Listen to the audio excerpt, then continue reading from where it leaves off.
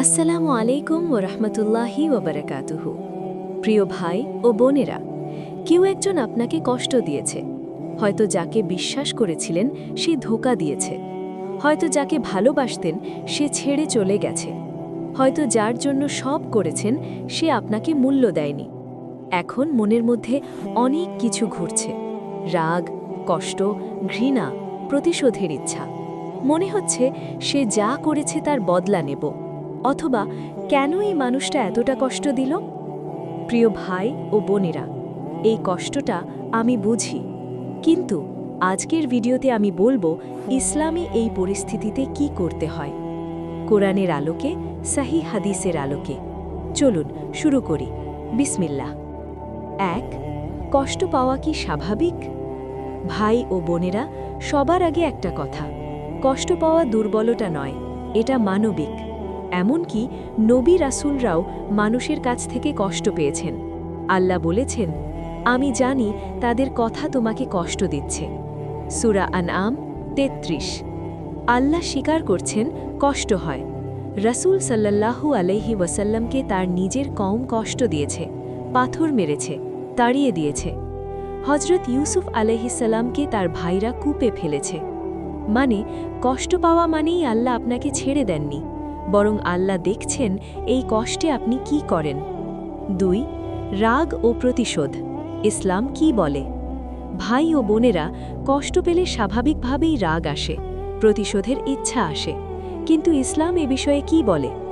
রাসূল সাল্লাল্লাহু আলাইহি ওয়াসাল্লাম বলেছেন, শক্তিশালী সে নয় যে কুস্তিতে জেতে, শক্তিশালী সে যে রাগের সময় নিজেকে নিয়ন্ত্রণ করে। বুখারী ও মুসলিম। মানে রাগ নিয়ন্ত্রণ করাটাই আসল শক্তি। ইসলামের ন্যায্য প্রতিশোধ নেওয়া জায়েজ।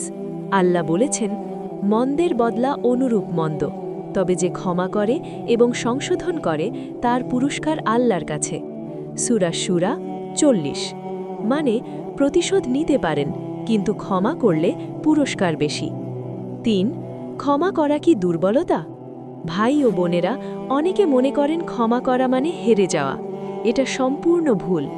রাসূল সাল্লাল্লাহু আলাইহি ওয়াসাল্লাম বলেছেন, সদকা করলে সম্পদ কমে না, ক্ষমা করলে সম্মান বাড়ে, আর বিনম্র হলে আল্লাহ মর্যাদা বাড়িয়ে দেন।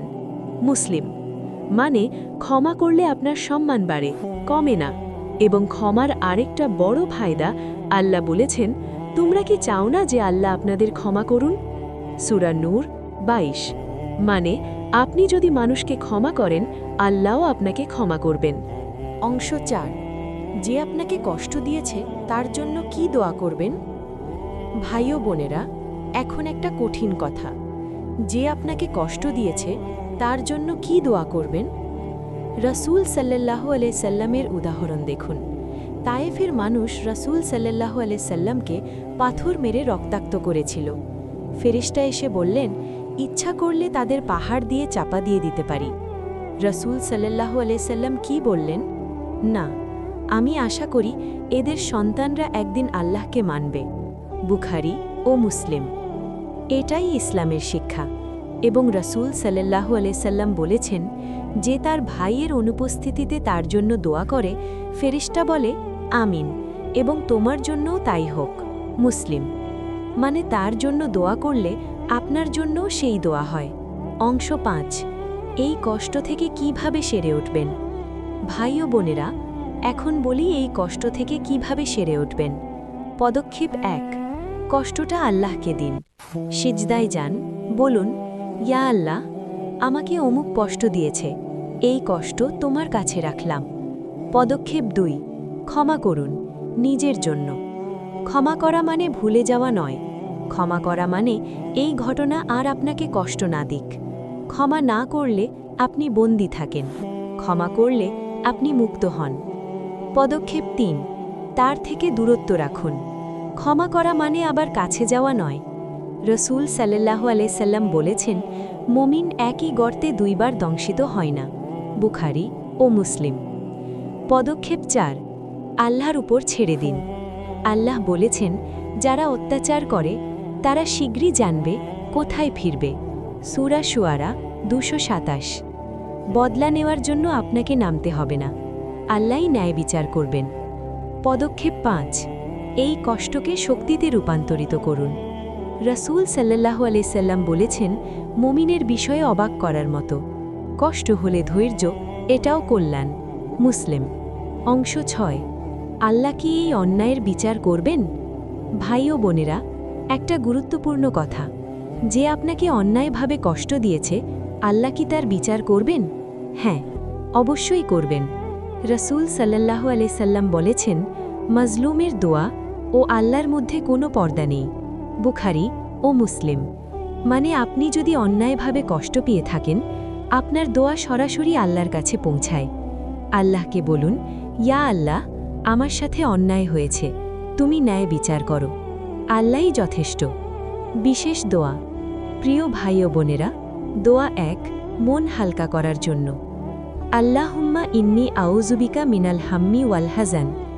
অর্থ, হে আল্লাহ, আমি তোমার কাছে দুশ্চিন্তা ও দুঃখ থেকে আশ্রয় চাই। বুখারী। দোয়া 2 ক্ষমার শক্তির জন্য। ইয়া আল্লাহ, আমাকে ক্ষমা করার শক্তি দাও, আমার অন্তর থেকে রাগ ও কষ্ট দূর করো। দোয়া 3 আল্লাহর বিচারের জন্য। হাসবি আল্লাহু লা ইলাহা ইল্লা হুয়া আলাইহি তাওয়াক্কালতু ওয়া হুয়া রব্বুল আরশিল আজিম। অর্থ, আল্লাহই আমার জন্য যথেষ্ট, তিনি ছাড়া কোনো ইলাহ নেই। আবু দাউদ। দোয়া 4 রাগ কমানোর জন্য। আউযুবিল্লাহি মিনাশ শাইতানির রাজিম। রাগ আসলে পড়ুন। বুখারী। প্রিয় ভাই ও বোনেরা, আজকের ভিডিওর সার কথা, রাগ নিয়ন্ত্রণ করুন, ক্ষমা করুন, নিজের শান্তির জন্য। তার থেকে দূরত্ব রাখুন। আল্লাহর উপর বিচার ছেড়ে দিন। যে আপনাকে কষ্ট দিয়েছে, সে আসলে আপনার পরীক্ষা। এই পরীক্ষায় পাশ করলে আল্লাহ পুরস্কার দেবেন। আল্লাহ তাআলা আমাদের সবার মন থেকে কষ্ট দূর করুন, আমাদের ক্ষমা করার শক্তি দিন। আমিন, আমিন, সুম্মা আমিন। ভাই ও বোনেরা, এই ভিডিওটি এখনই শেয়ার করুন। কমেন্টে লিখুন, ইয়া আল্লাহ, আমার মন থেকে সব কষ্ট দূর করো। চ্যানেলটি সাবস্ক্রাইব করুন, বেল আইকনে ক্লিক করুন। আল্লাহ হাফেজ। আসসালামু আলাইকুম ওয়া রাহমাতুল্লাহি ওয়া বারাকাতুহু।